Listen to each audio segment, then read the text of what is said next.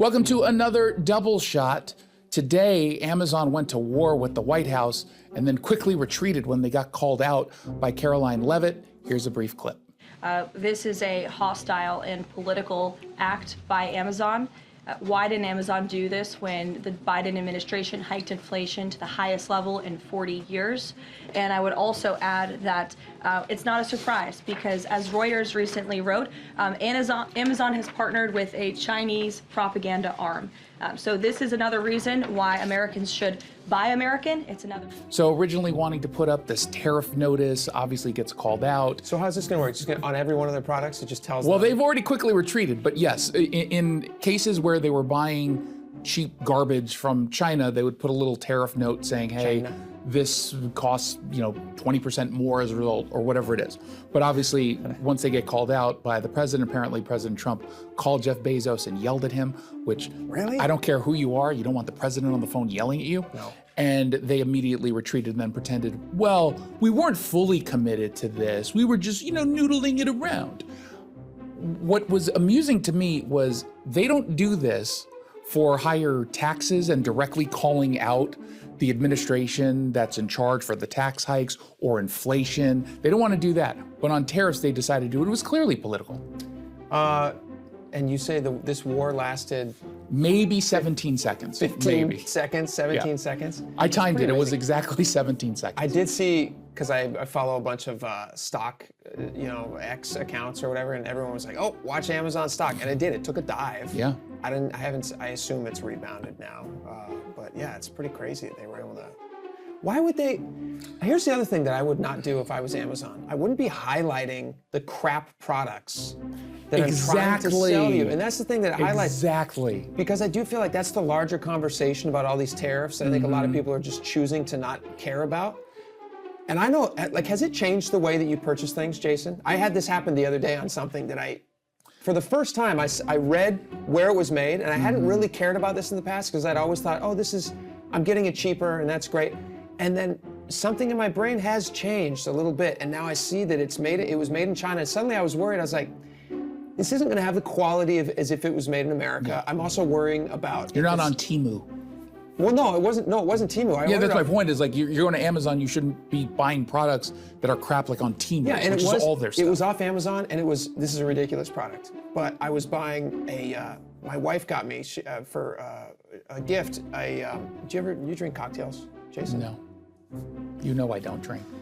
Very rarely. And it's wine, and it's white wine. White wine. And I shame drinking it. It wouldn't be as good in a white wine, but you could do it. But have you ever had a smoker that puts a smoke? Oh, yeah. So I got one of those. And because I love an old fashioned, it's a fun thing. And I thought, oh, this would be a fun way to it's like a bread maker. You use it once and then you never use it again. Exactly. So I've now used it once. I can put it away and never use it again. But I saw on the side it was made in China, and I thought to myself, there could be like lead, there could be things in this that and I'm like shoving fire down into my drink, and it's just like carcinogens and all these horrible things.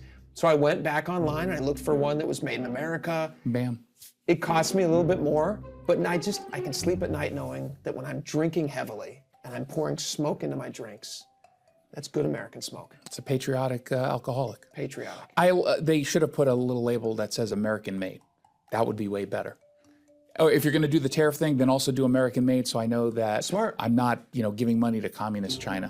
Why it's more expensive? American made. Yeah, and I'm okay paying a little bit more for quality that's done here in the United States and contributes to our local economy in ways that some other products won't. It's like that Toby Keith line in that song. You know what I mean? Pay a little more for a tag on the back that says USA.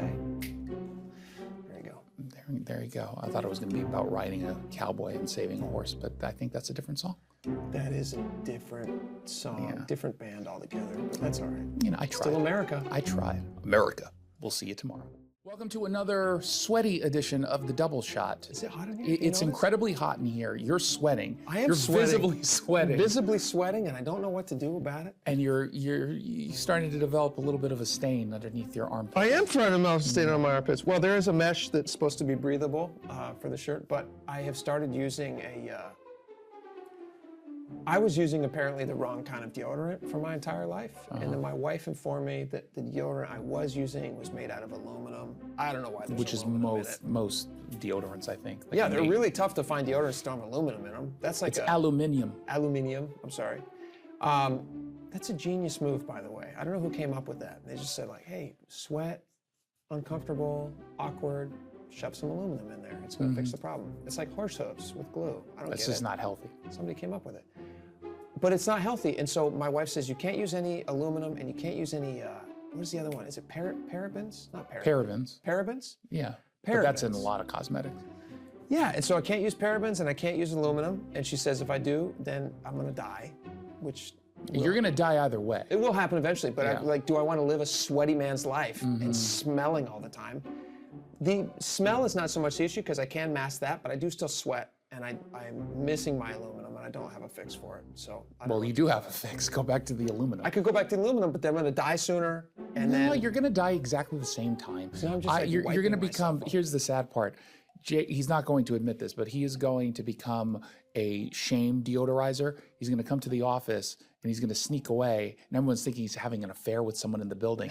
And then we find him in the bathroom Right. like this with Where you degree. and then I'm gonna go in the bathroom afterwards and wash myself. So before I go home to my wife, because I don't want her to smell the But then she comes and she deodorant goes, on me. "Is that? Have you been seeing another pharmacy? Is that Old Spice? Because this doesn't smell. Is this degree?" And I'm like, no. I was nuzzling up to a man. Oh, okay. It's not me. I was hugging another man who doesn't seem to care about aluminum or parabens. You blame it on me. Just say I'll it was blame me. it on Jason. Yeah. Yeah, then she'll be totally. Oh, okay, that makes makes sense. We'll see you next time. Welcome to another edition of the Double Shot.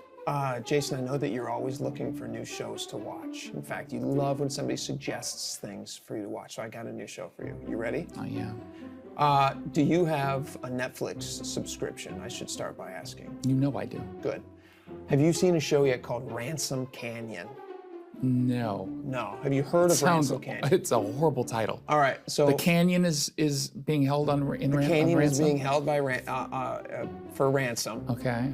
It actually sounds like a really bad wine label, but it's not. It's a TV yeah. show, and it's like imagine. Do you like Yellowstone? Did you ever watch No, Yellowstone? I hated Yellowstone. Really? I watched 2 episodes and I couldn't get into it. Well, if you hate Yellowstone, then wait until you watch Ransom Canyon. If you Ransom Canyon is basically like somebody said, all right, Yellowstone's killing and working so great. So it's Yellowstone meets basically Lifetime, and so it's really super, like very soapy, even more soapy than Yellowstone.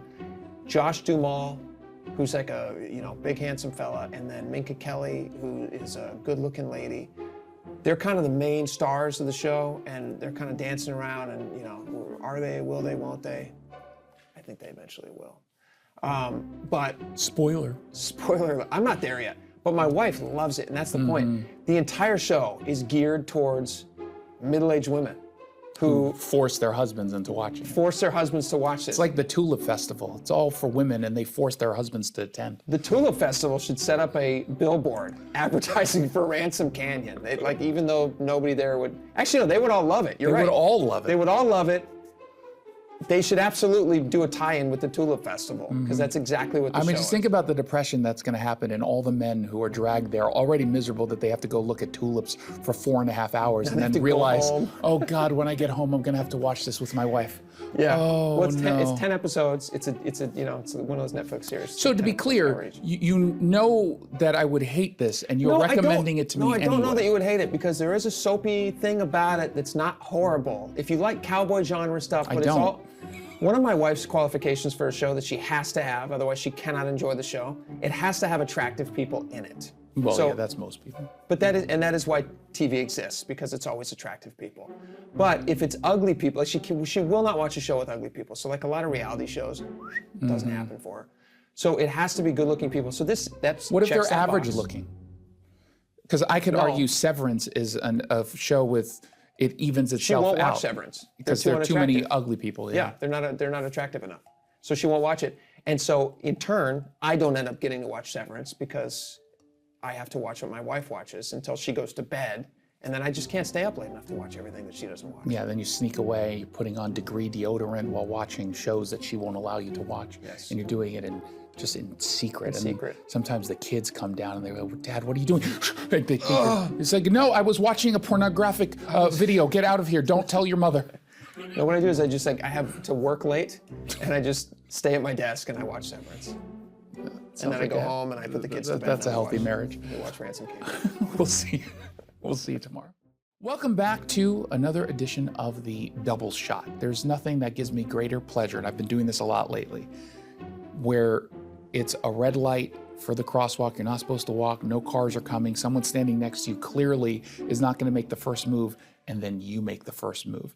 Now, sometimes I got the pleasure from someone following me as a result of that, and like being that leader, but I've been finding it's even better when they stay behind and you're the outlaw who just walks across the street and those dummies are still behind you, despite the fact that it's clearly safe for you to cross. This gives you pleasure? It gives me, it's like the simplest things in life can give you the greatest pleasure. This gives me pleasure. I loved it. When I get across and I do the whole, and I realize they didn't even follow, oh my God, that gives me such great joy. And I don't know why that is.